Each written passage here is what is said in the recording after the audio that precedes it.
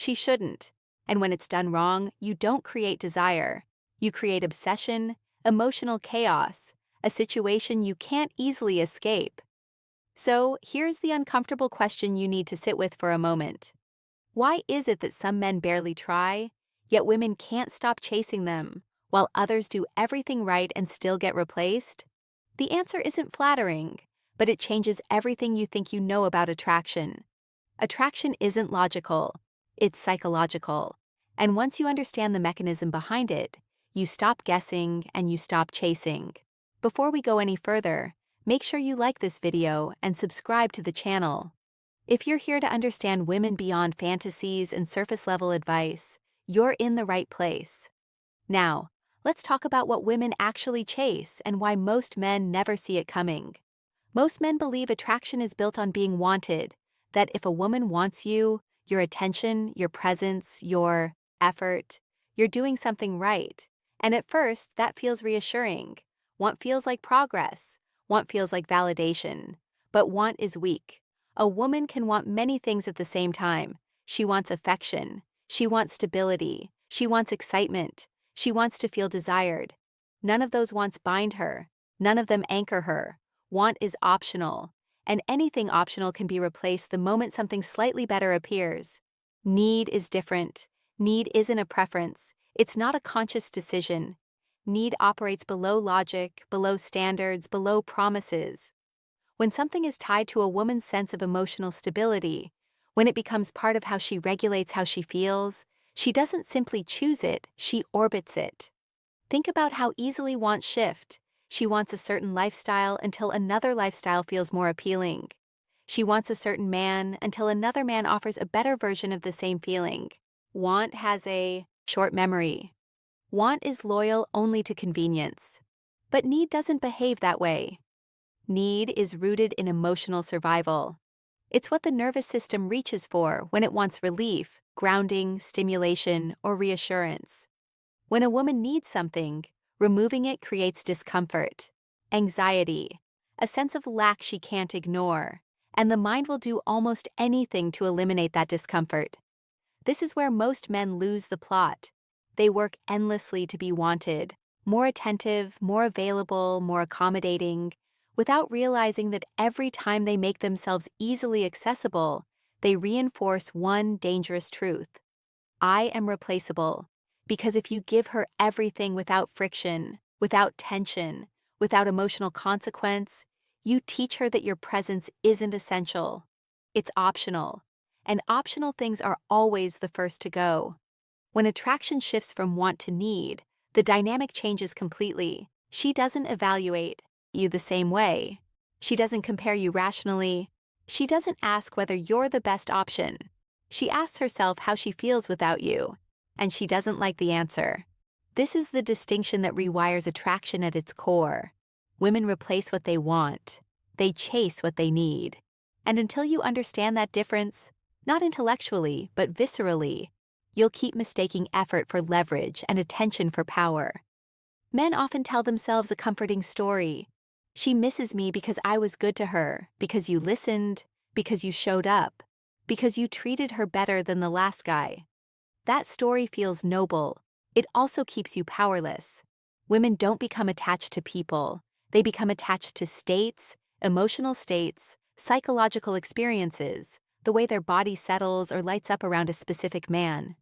When a woman says she misses you, she's not longing for your personality traits. She's not replaying your effort. She's responding to the absence of a feeling she no longer has access to. Calm, excitement, relief, tension, validation, whatever state you triggered in her nervous system. That's why two men can behave in completely opposite ways and still create obsession or indifference. One man can be attentive, consistent, emotionally available, and still easy to forget. Another can be flawed, inconsistent, even distant, and remain impossible to replace. The difference isn't character, it's emotional dependency. Dependency forms when your presence regulates how she feels, when being with you quiets something inside her or activates something she can't generate on her own. At that point, your absence doesn't just create sadness, it creates imbalance, and imbalance demands correction. This is where logic breaks down. She may know you're not perfect. She may even know the relationship isn't ideal. But knowledge doesn't override dependency. The body pulls harder than the mind, and the body always seeks what restores equilibrium. This is why women leave men they should want and chase men they can't explain. This is why doing everything right doesn't guarantee loyalty, and this is why trying harder often makes things worse. Here's the line most men need to hear without flinching. She doesn't miss you. She misses how she feels when she's with you. Once you understand that, attraction stops being mysterious. It becomes mechanical, not in a manipulative sense, but in a precise one. You stop performing for approval and start recognizing leverage.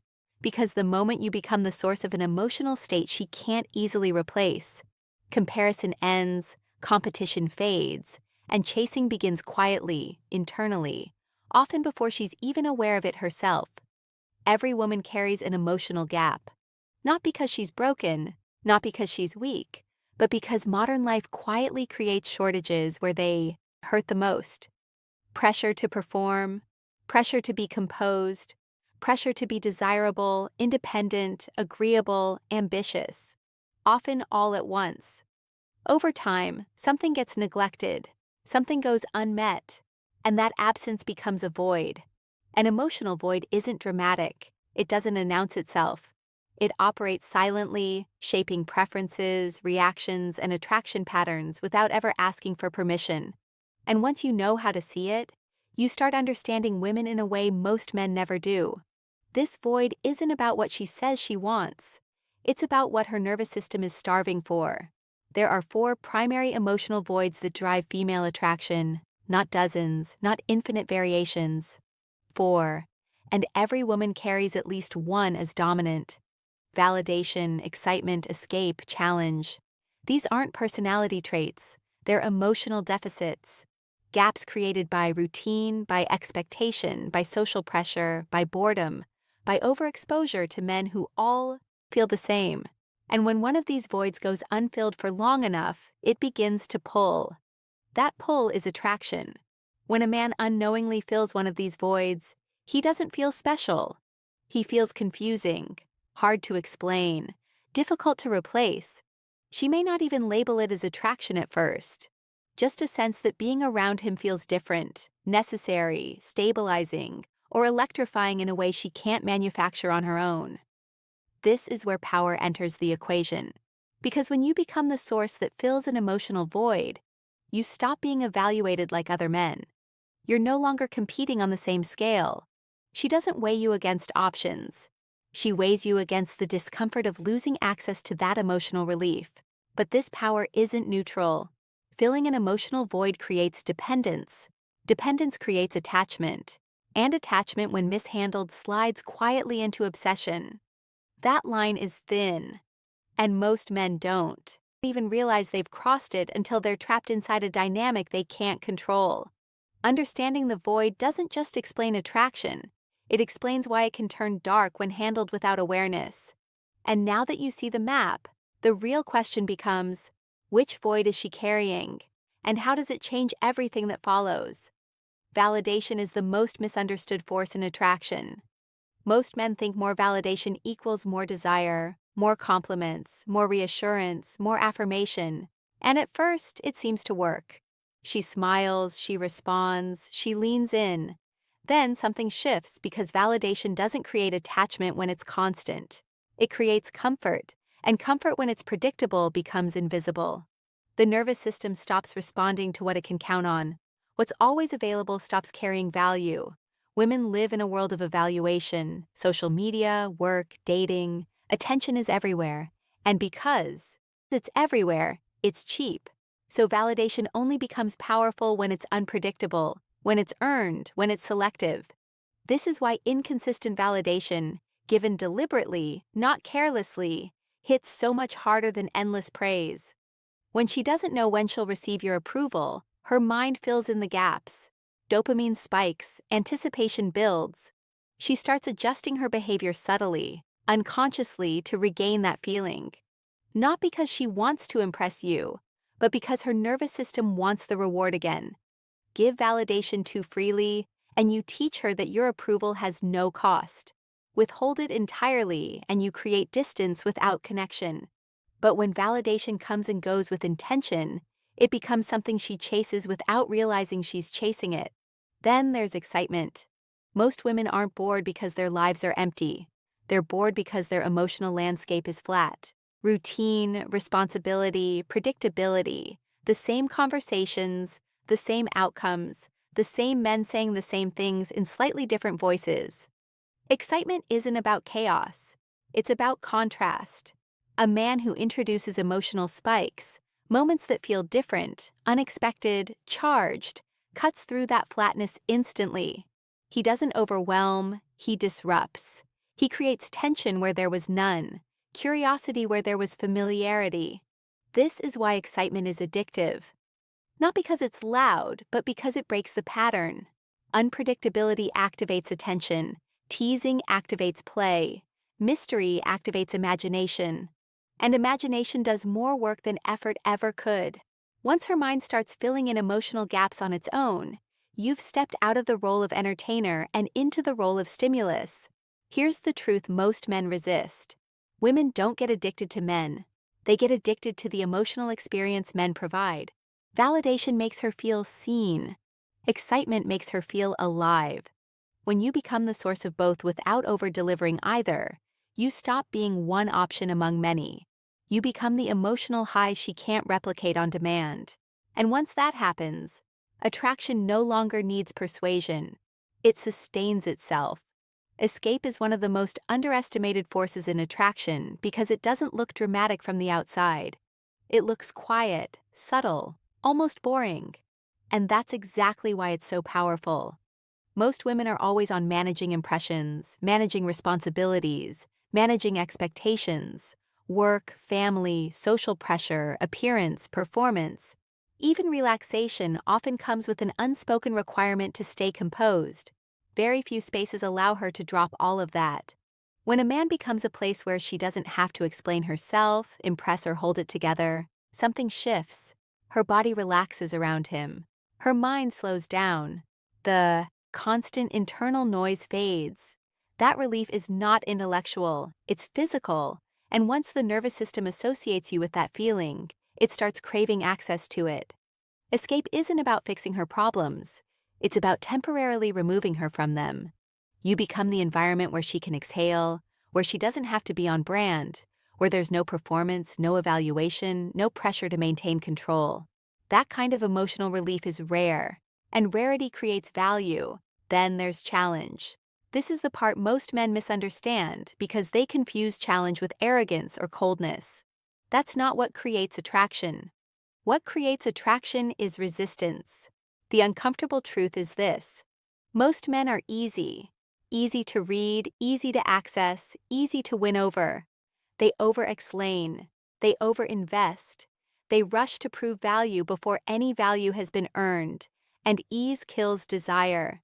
People place higher value on what requires effort, not because they enjoy suffering, but because effort signals worth. When a man doesn't immediately bend to please, doesn't scramble for attention, doesn't reshape himself to fit expectations, he introduces friction, and friction creates focus. A man who has standards, boundaries, and a life that doesn't orbit around approval becomes a natural challenge, not by acting distant, but by being anchored. He doesn't chase validation, so his attention feels meaningful when it's given. Scarcity doesn't mean absence, it means selectivity. When your time, energy, and approval aren't automatically available, they carry weight. She can't assume access. She has to engage, to lean in, to invest. Escape makes her feel safe. Challenge makes her feel stimulated. Together, they form a powerful loop. Relief paired with tension, comfort paired with pursuit. And once that loop is established, attraction stops being something you push for. It pulls her in on its own terms. At this point, most men make the same mistake. They start trying to be all four things at once. More validating, more exciting, more comforting, more distant. And in doing that, they dilute everything. You don't need to fill every emotional void. You only need to recognize the one she's already carrying. And you don't do that by listening to what she says she wants. You do it by watching what she complains about. Complaints are leaks. They reveal shortages. If she constantly talks about how bored she is with dating, how all guys feel the same, how nothing excites her anymore, that's not cynicism. That's a hunger for stimulation. Her system is craving novelty, unpredictability, emotional spikes. She doesn't need reassurance. She needs contrast. If she talks about being overwhelmed, exhausted, stretched thin, constantly needed by everyone around her, that's not drama. That's pressure. She's carrying too much. What she needs isn't fixing, it's relief, a place where she doesn't have to perform or manage anything at all. If she fishes for compliments, downplays herself, or subtly seeks reassurance, pay attention. That's not vanity. That's a validation gap. And flooding her with praise won't solve it. Strategic selective approval will. And if she seems unimpressed by men who chase her, dismissive of attention, bored by effort, that's not arrogance. That's a challenge void. She's surrounded by availability. What's missing is resistance. The key here is restraint. You don't exaggerate your role. You don't perform. You don't force behaviors that don't align with who you already are. You simply occupy the role that fits the gap. When you do that, attraction doesn't feel manufactured. It feels natural, effortless, almost accidental because you're no longer trying to create desire. You're responding to an existing imbalance. An imbalance, when addressed correctly, always pulls attention toward its solution. There's a line most men never see until it's already behind them. Desire and obsession don't announce when one becomes the other. The transition is quiet, gradual. It happens the moment a woman stops wanting access to you and starts needing it to feel balanced. When you become the source of emotional regulation, you hold real power, not symbolic power, not alpha fantasy power, psychological power, the kind that can pull someone towards you even when they're conflicted, even when they know better. And that's where things get dangerous. Because power amplifies who you already are. In the hands of a weak man, it turns into manipulation. He enjoys the chase too much. He withholds to feel important. He feeds dependency because it makes him feel secure, and eventually the dynamic collapses under its own weight into resentment, chaos, or emotional damage on both sides. In the hands of a grounded man, power looks different. He doesn't exploit the void. He respects it. He understands that creating emotional pull doesn't mean trapping someone inside it. He knows when to apply tension and when to release it, when to step forward and when to step back. Strength isn't about seeing how deeply you can hook someone. It's about knowing you don't need to. When attraction crosses into obsession, it stops being desire. It becomes fear of loss. And fear is never a stable foundation. It erodes trust. It distorts behavior. It turns connection into control. This is why the most dangerous men aren't the ones who lack influence, but the ones who never learned restraint. If you choose to understand these dynamics, understand this as well. Mastery isn't measured by how many people chase you. It's measured by how responsibly you handle the pull you create. Because the same mechanism that makes you unforgettable can also make you destructive depending entirely on who's using it. Attraction isn't about doing more. It never was. It's about positioning yourself in a woman's emotional world in a way that can't be casually replaced. When you stop trying to be impressive and start understanding how emotional dependency actually forms, you stop chasing outcomes. You start creating gravity. The one thing that changes everything is this: becoming the source of an emotional experience she cannot easily generate on her own. Not through force, not through performance, and not through manipulation, but through presence, restraint, and psychological clarity. When you understand the difference between want and need, you stop confusing effort with value. When you understand emotional dependency, you stop taking rejection personally. And when you recognize emotional voids, you stop guessing and start seeing patterns most men never notice. This is what puts you back in control. Not control over her, but control over yourself, your reactions, your boundaries, your availability, your standards. And paradoxically, that's what makes attraction sustainable instead of desperate. A man who doesn't beg isn't ignored. A man who doesn't chase isn't invisible. A man who understands his leverage doesn't need to prove anything. If this shifted the way you see attraction even slightly, make sure you subscribe to the channel, like the video, so this message reaches the men who need it, and share it with someone who's still stuck trying harder instead of thinking deeper. And if you've ever been in a situation where a woman couldn't let go or where you couldn't understand why she pulled away, leave a comment.